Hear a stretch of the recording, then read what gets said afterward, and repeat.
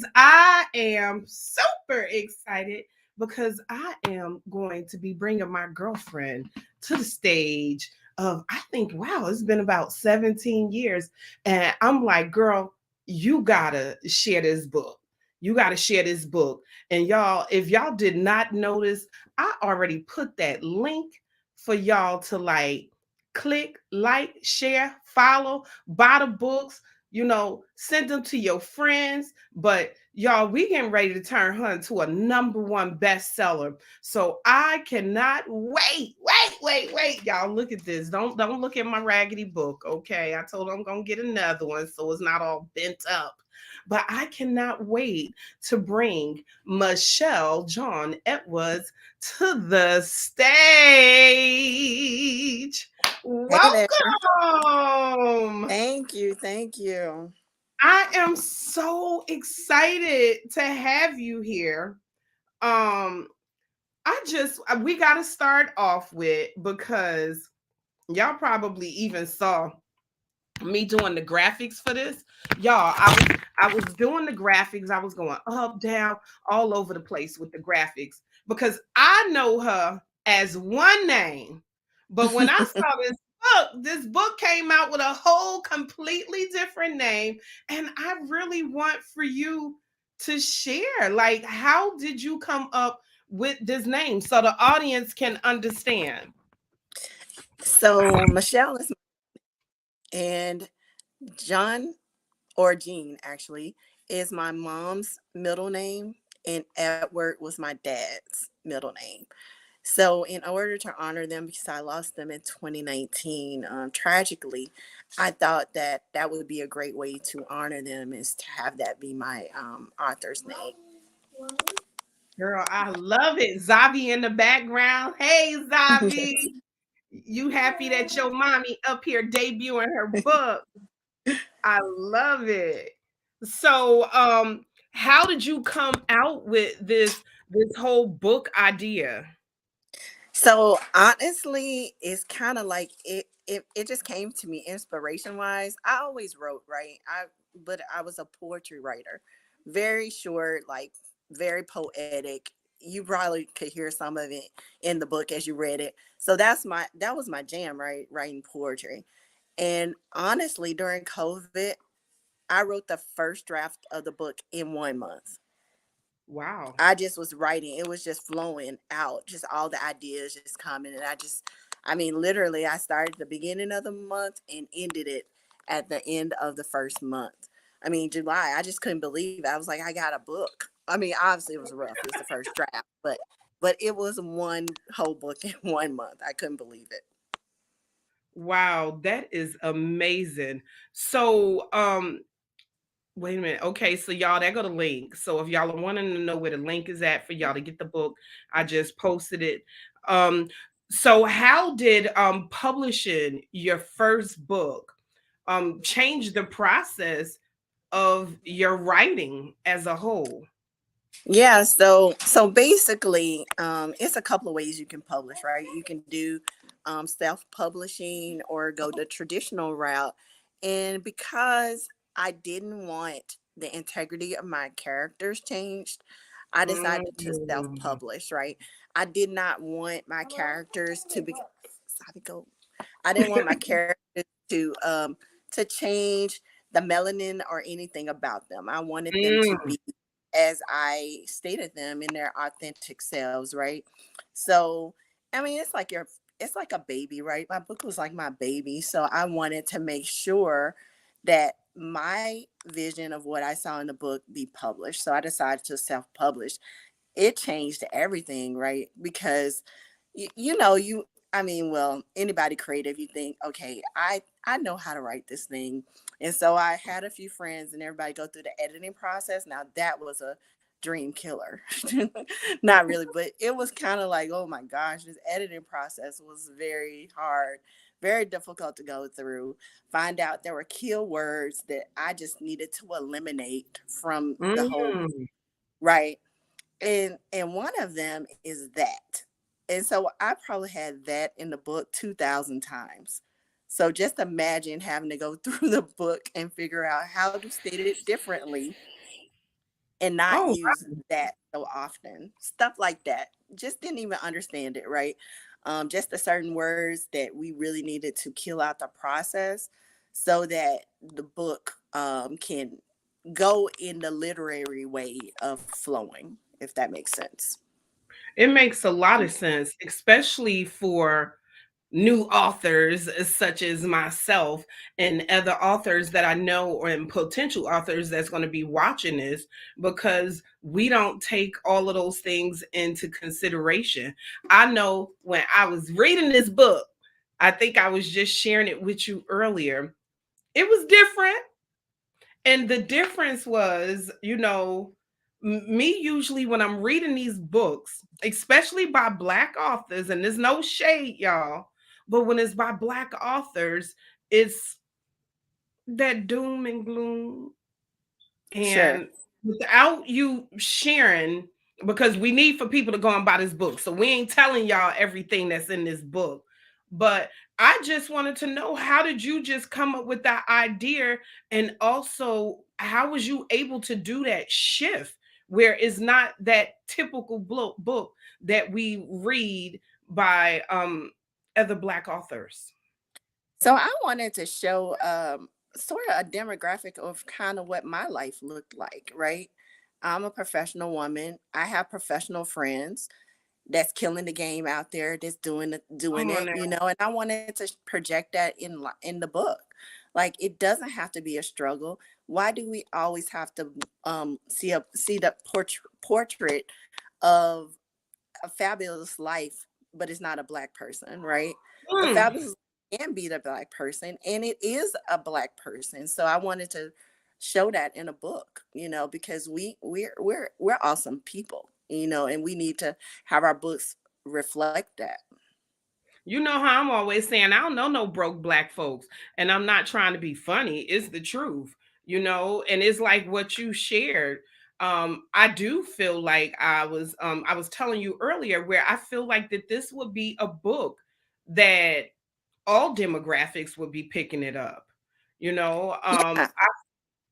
I don't feel like it's a book where it's like, okay, where this is just only for Blacks, but it's also to enlighten people that we do have, our brothers and sisters out here killing the game. Right. And it's not even just limited to black people, obviously, because it's like they may be able to see themselves, or other people can see themselves and just say, oh, this can be a character, not just a white person, not just a black person, Asian, Latina. Anybody can be embodied in those books, and anybody can resonate with it. Yes, I agree. Yes. Hi, Dr. Marcia. That's your sorrow down there. Dr. Marcia. Hi, how are you?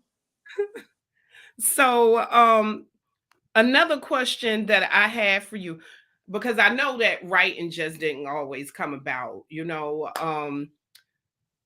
what would you have said to your younger self when you were writing? Take this chance earlier, right? Younger self, because I never really I always envisioned something else. I mean, not even envision what I am right now. I'm an engineer, practicing in continuous improvement in my day job, right? Air quotes. And I didn't really envision that. I always wanted to be a lawyer, and that just didn't pan out. And I don't have any regrets on that or anything like that. But just, I would tell my younger self, do more with your creativity. Do more out there to get the story out, because you can do it, right? I was a little bit shy. I used to write a lot of poetry, and I have a lot of love story poetries out there, but I wasn't one that wanted to get on the open mic that much. I did it. I did force myself to do it. At first, I was very shy about doing any type of public speaking and that sort of thing. And so that's what I would tell myself, to be stronger out there and just go ahead and take those chances. Yes. So I think I know it, but the audience don't know it. So, what are some of the things that you're most passionate about that just bring you joy? Well, I love to read. Like, I mean, So much so that my husband was like, "Dog, can you just stop reading?" I probably read a book a day. Who knows, right? I love dancing. I love dancing. I love just being active, being active, promoting good health and stuff like that. Spending time with my family, playing, games and things of that nature. Um, yeah, I kind of just love being, out there, right? Just living my best life. Nice. Hey, Dr. Angela.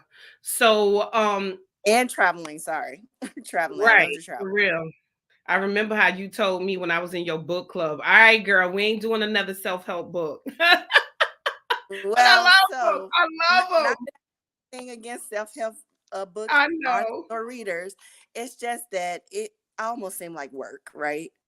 Like it's like work, and not that we don't need to work on ourselves, but sometimes I go into the fantasy world of fiction, and that's You just know, my that's what preference. Dr. Angela said last week. She totally shocked me when she was talking about, some of her best books that she's read. She liked those romance books. So she said, yeah. Well, Dr. Angela, go ahead and get this book because it's got some romance. I know that's right. Um, so what are like some of your three most favorite books that you've read? So it's such a hard question because, oh my gosh, like I said, I read a lot, but I'll talk about a couple of books that I've read lately that I think they're definitely worth shouting out. It's very interesting take because this book is I have a particular taste. Like I love funny, sarcastic books sometimes, romance, obviously, and I love suspense. So Y'all this gonna book, have me jump into a romance book. Cause yeah, I've I love. never like besides your book, getting into the nitty gritty, but I've never read like really like love romance books. I do like drama, And they got to but have a little of that. You can't just have total romance. You got to have some drama in there right. too, so to shake things up on there. So I want to recommend Honey and Spice by you know what? I'm going to butcher the name. Balu Babalola. Okay. Okay. That was a really good book. It was a really good book. I think you can look it up. Honey and Spice is pretty good.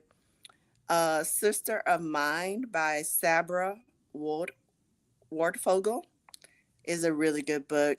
And then we just read last month for our book club, Valley Blue by Cher Torres. And that was a good one as well. So that's Nice. really a good romance one if you wanna dive into that romance genre, Adrian. That's a good It one. is? Okay. Okay. I'm gonna take you up on it. So would I you mean, you say, might be fantasizing about the what that main character looks like. It's pretty good. oh, okay. I don't know. If Mr. Velasquez is gonna be like, hey now, you two into this book. Well, Mr. Velasquez, we can have fantasies, not reality, right? Right, right, right.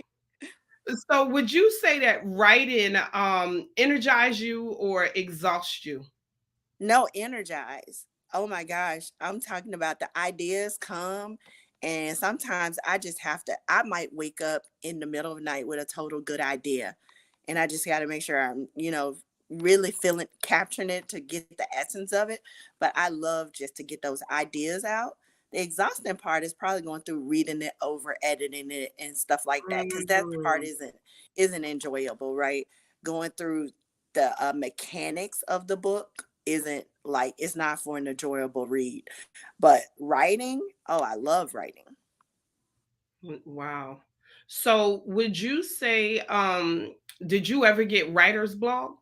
And if so, how did you Not deal not yet. So this is kind of the first book, but just to give your listeners a little bit of a teaser, it's not going to be the last book, and this is a series, so it's definitely more to come on here with the book. So Right now, no, I have not experienced writer's block when writing this particular item.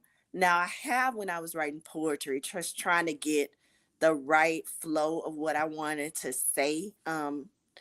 Because you want to be whimsical and clever with poetry and stuff like that, and sometimes it doesn't quite work. So I have experienced that, but usually I just walk away and come back to it if I am experiencing where I can't just get my views out on paper. So, oh, okay. So Dr. Angela says, same for me. I get in the flow. So, what would you say probably was one of the most challenging parts? Was it you starting up? Was it in the middle with, well, I'm assuming no, not with the writing. Was it the publishing? Was it what was it? Because we do got a lot of authors. So, how did you work through that? Yeah, so the process. So again, I started in 2020, and I let a few people read it over, and I tell you the first version is totally different from the 10th version because it's like round 10 what you guys are reading. So totally different. And then I found out I was just having too much because people say, oh, this is a thick book. So the book you have, they were like, oh, it's thick book, 350 pages. Well, it was kind of like 800 pages at one point. And I Oh my goodness. so Oh I no. was yeah, I was like, oh, people are gonna be like, no, I'm not reading you, J.R. Martin. So I had to break that down, right? And look at how to make this, you know, good enough in chunks for people to want to read it, right? But I would say just the whole like self-publishing side, like not understanding how to do that. And then the time, right? Because you're as a writer, you kind of want to focus on the writing, but obviously there's other things that you have to do with that process. But I don't want to get so far in the rest of that process, whereas I need to come out with the second book because people, it's a cliffhanger. I will say that to you guys, it's a cliffhanger, and you're gonna be like, where's the next one? And I want to be ready for that, right? So my challenge is how to get all the other working pieces together, and it not be Karen. I mean, not be Michelle. Sorry, I just told y'all my real I name. know. And not be me that's having to do that, right?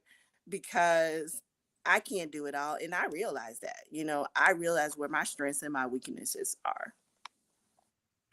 All right. So, what would you share with a new author, such as myself, with just trying to get started? Like, Okay, what do you so set up a every room? Do you, what is it? yeah, yeah. So for me, it was kind of like what I would recommend is just write something every day, right? Even if it's not a whole chapter, even if it's not a whole, but just stay in a rhythm of committing yourself to doing it, right? Because that's the hardest part for some people is to get it written. So commit a certain amount of time every day to write something. And then after that, obviously you need to have good editors and stuff like that in the process, because a lot of times for you, even though you might be a good writer, you see what on the paper or written, you see what you imagine the words to be, not what's really written.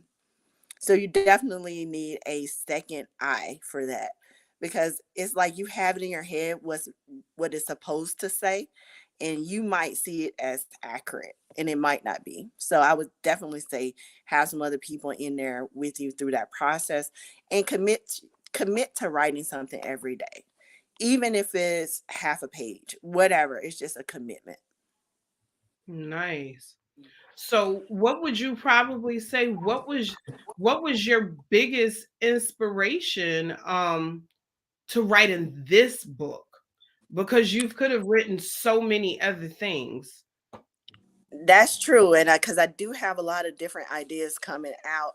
But the inspiration, I don't know. It's just like it just came to me to tell this story from like this dramatic event happens and tell everybody's point of view from it. So pretty much it was like, okay, this, some people have charm lives, but then what do they do if something drastic happens, and how do they react or how do they recover from that.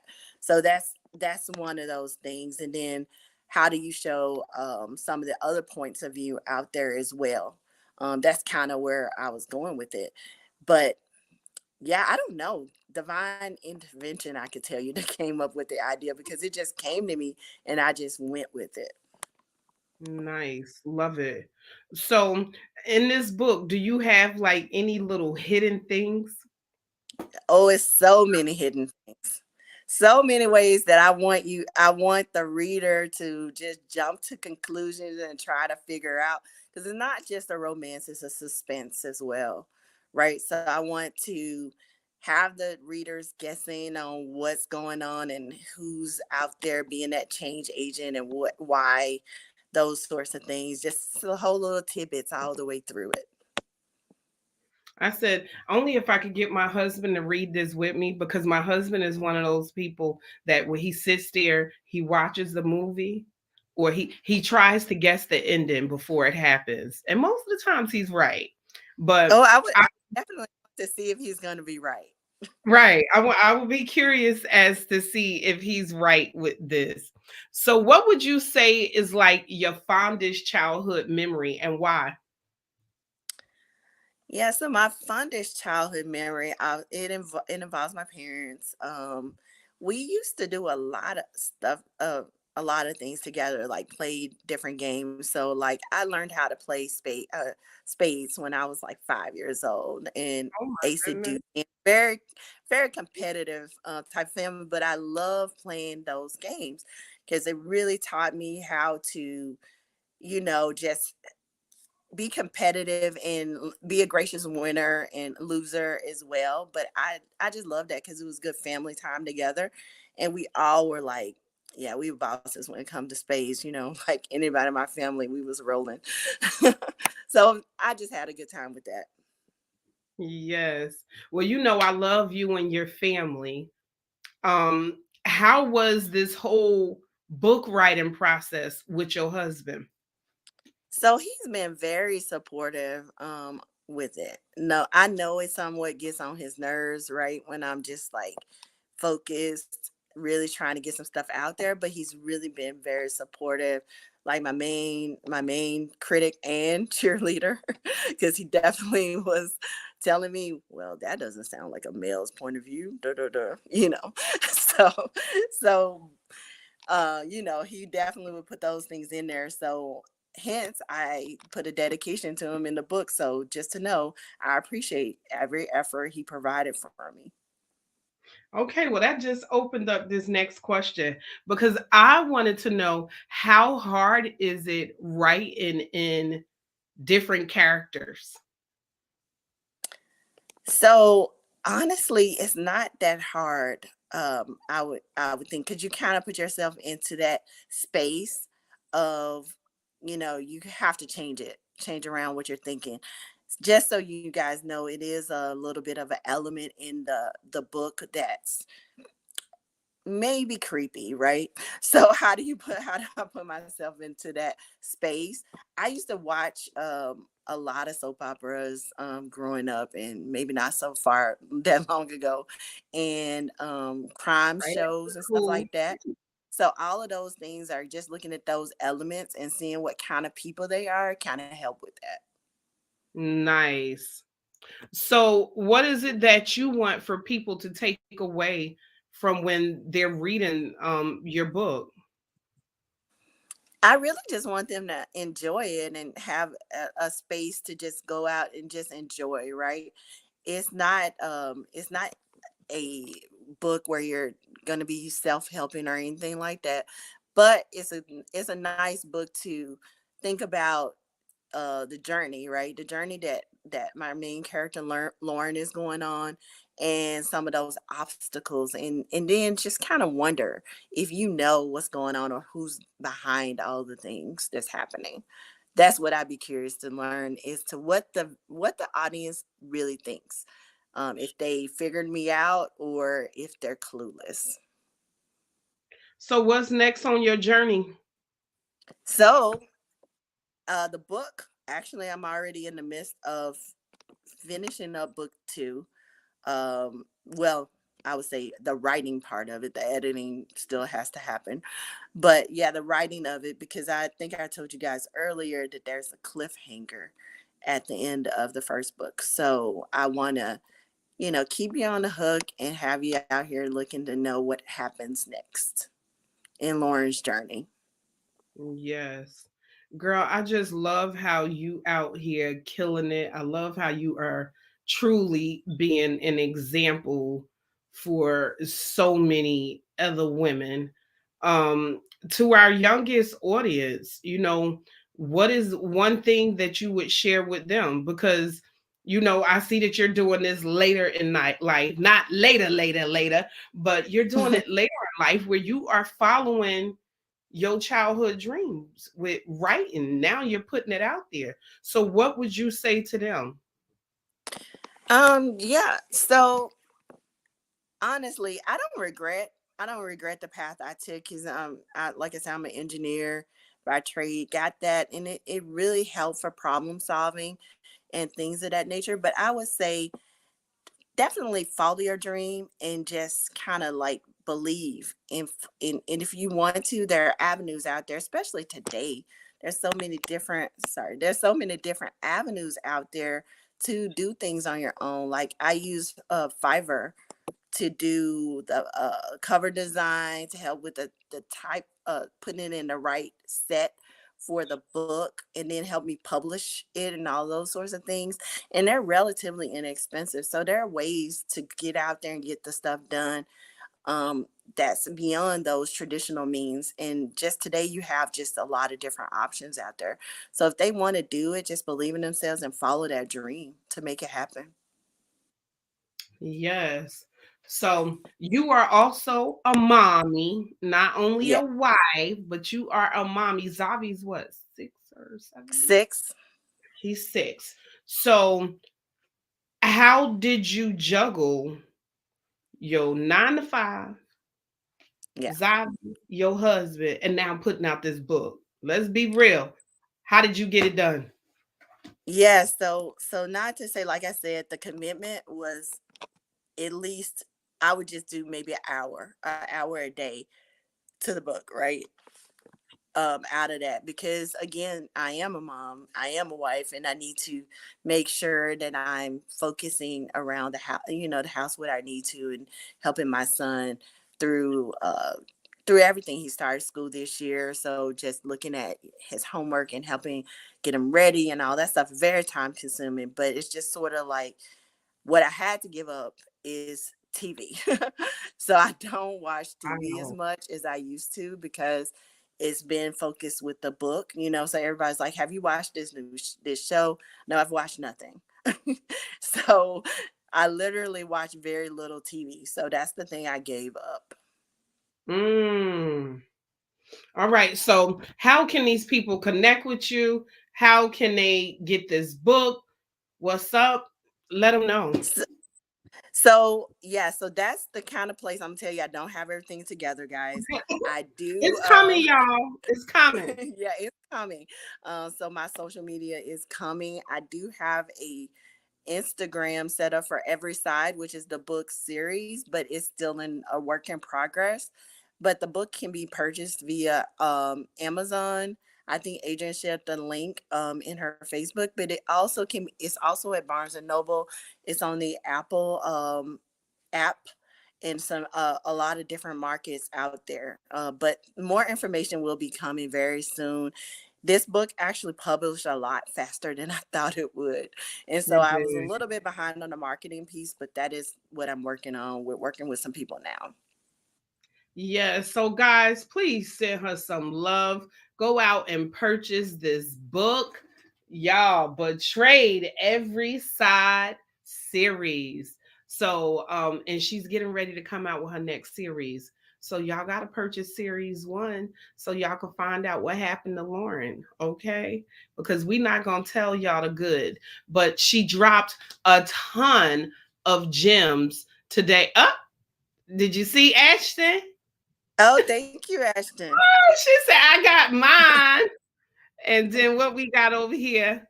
She said, this sounds good. Yes, Dr. Angela. So go out and show her some love. Share this with your friends and your family. Karen, thank you so much for joining us today. If you want, leave our audience with one last word. Yeah, so thank you all for your support in advance.